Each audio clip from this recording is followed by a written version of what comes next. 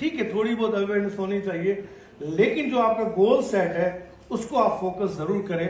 और जो आप जिंदगी में बनना चाहते हैं ना, वो अपने दिल से बनो, अपने पैशन से बनो। पैसा जेब में नहीं रखो, पैशन के which one thing you love it, do that thing.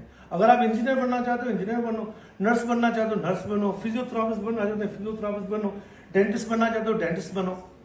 Please parents के फोर्स की वजह से कोई भी प्रोफेशन ना अपनाओ। जहां पे आपका दिल ठके, जहां पे आपका दिल लगे वही करो, उसमें ही आप ज्यादा कामयाब हो सकते हो। और आज का जो एनालिसिस है, मेरा अपना भी एनालिसिस यही है कि जो फोकस्ड स्टूडेंट है, जो प्रॉपरली फोकस करता है कि मैंने ये चीज बनना है, मैंने डॉक्टर बनना है, मैंने इंजीनियर बनना है, वो ज्यादा कामयाब है बजाय जो लोग कहते हैं मैंने ये भी बनना है, मैंने वो भी बनना है, मैंने वो भी बनना है। ये जो तीनों चीजें हैं, एजुकेशन, अवेयरनेस एंड स्किल्स, ये आपको अपने मुल्क में भी काम आएंगी, बाहर अगर जाना चाहते हो तो वहां पर भी आपको काम आ सकते हैं। मैं हमेशा कहता हूं कि लाइफ के 3 फेज हैं, फेज 1, फेज 2, फेज 3। 21 ईयर तक आपका फेज 1 है जहां पे आपको एजुकेशन हासिल करनी है। फिर 10 ईयर्स एडिशन होता है, उसमें आपने क्या करना है, अपने पांव पे खड़ा होना है। मैं कहता हूं कि if you are financially established, if you are not financially established, people will say who are you. If you are financially established, then people will say how are you, how you doing sir, please come on, you look so sweet, please have a cup of coffee. So you have to travel the journey from who are you to how are you. लेकिन उसके लिए ज़ाहिर है आपको जो है ना मेहनत करनी पड़ेगी। ये फाइनेंशियल स्टेबिलिटी के 10 साल है आप लोगों के पास, 21 ईयर से लेकर 30 ईयर्स एज तक। इसमें 4 साल का क्रैलिंग पीरियड है 21 से 25 तक का। इसमें आपको स्किल सेट करनी पड़ेगी, फुली अवेयर करना पड़ेगा, और आपने थोड़ी थोड़ी डिपेंडेंसी अपने पेरेंट्स से हटानी पड़ेगी। 30 तक आपने फुली फाइनेंशियल इंडिपेंडेंट होना है।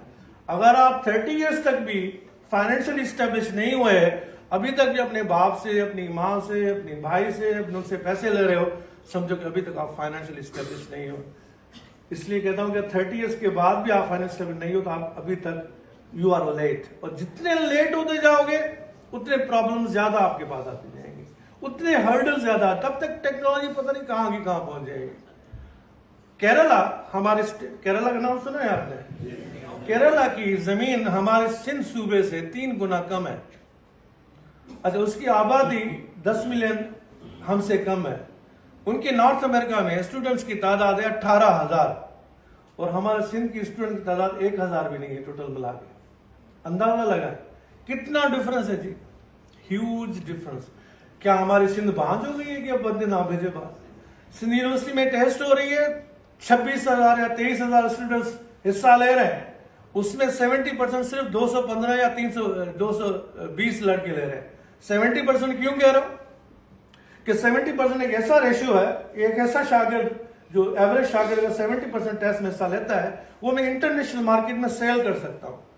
हम 5 करोड़ के सूबे में से एवरेज शागिर्द में से सिर्फ 215 ऐसे लड़के पैदा कर सके जो हम इंटरनेशनल मार्केट में सेल कर सकें। इसमें बहुत ही बड़ी हेल्प कर सकती है। हमारे पास तकरीबन 500 से ज्यादा प्रोफेशनल्स की टीम है जो इस बात पे हम इकट्ठे हुए हैं कि भाई ठीक है, हम फाइनेंशियली इतना कंट्रीब्यूट नहीं कर सकते, लेकिन प्रोफेशनली हम बहुत कंट्रीब्यूट कर सकते हैं क्योंकि हम लोग एक्सपीरियंस हैं। फॉर एग्जाम्पल, मैं एक जॉब करता हूँ एज अ चीफ इंजीनियर, तो मेरे 1 घंटे की कोई ना कोई वैल्यू होगी। फॉर एग्जाम्पल, अगर 1 घंटे की $100 मेरी वैल्यू है, अगर मैं 10 घंटे कम्युनिटी को देता हूं तो इनडायरेक्टली मेरी $1,000 की जो इन्वेस्टमेंट है। तो आप इस चीज को समझिए, हमारे लोग हमारे एक्सपीरियंस को वैल्यू नहीं दे रहे। हमारे को आप कहते हैं कि डोनेशन देगा तो वाह बड़ी बात हो जाएगी, अगर वो टाइम देने आ रहा है तो कहते हैं नहीं आ रही है तो कोई काम नहीं है। तो हमें इट्स टाइम, वक्त, क्योंकि हम जो मिडिल क्लास के लोग हैं या लोअर मिडिल क्लास के लोग हैं, हमारे पास कोई प्रॉपर्टीज नहीं है, कोई बैंक बैलेंसेस नहीं होते हैं, कोई जमीन नहीं होती, कोई जायदाद नहीं होती। हमारे पास सबसे ज्यादा जो एसेट होता है वो होता है वक्त। और यही वक्त अगर हमने अपने आप पे लगा लिया, बिलीव किया, तो कामयाबी से आपको कोई भी नहीं रोक सकता। यही वक्त है, जाया ना करो, किसी भी फजूलियात को जाया ना करो। ये वक्त आपके पास एसेट है और इस एसेट का आपने सही इस्तेमाल करना है। तो अवेयरनेस आपको जो है ना आगे बढ़ने में बहुत बहुत बहुत हेल्प कर सकती है। वो कहते हैं कि भाई चल नहीं सकते तो दौड़ो, दौड़ नहीं सकते तो भागो, भाग नहीं सकते तो और छलांगे लगा, बोला वो तो ठीक है, लेकिन जाना कहाँ है? अगर गोल सेट पता ही नहीं है तो ये चीजें आपकी किसी काम की नहीं है। इसलिए मैं कहता हूं कि तीनों चीजों को मिला के कहता हूं कि एजुकेशन का हथियार लेके स्किल्स का उसमें बारूद फिट करके और अवेयरनेस की ट्रेनिंग लेके फिर जिंदगी के मैदान में उतरो तो इंशाल्लाह कामयाबी आपके कदम चूमेगी।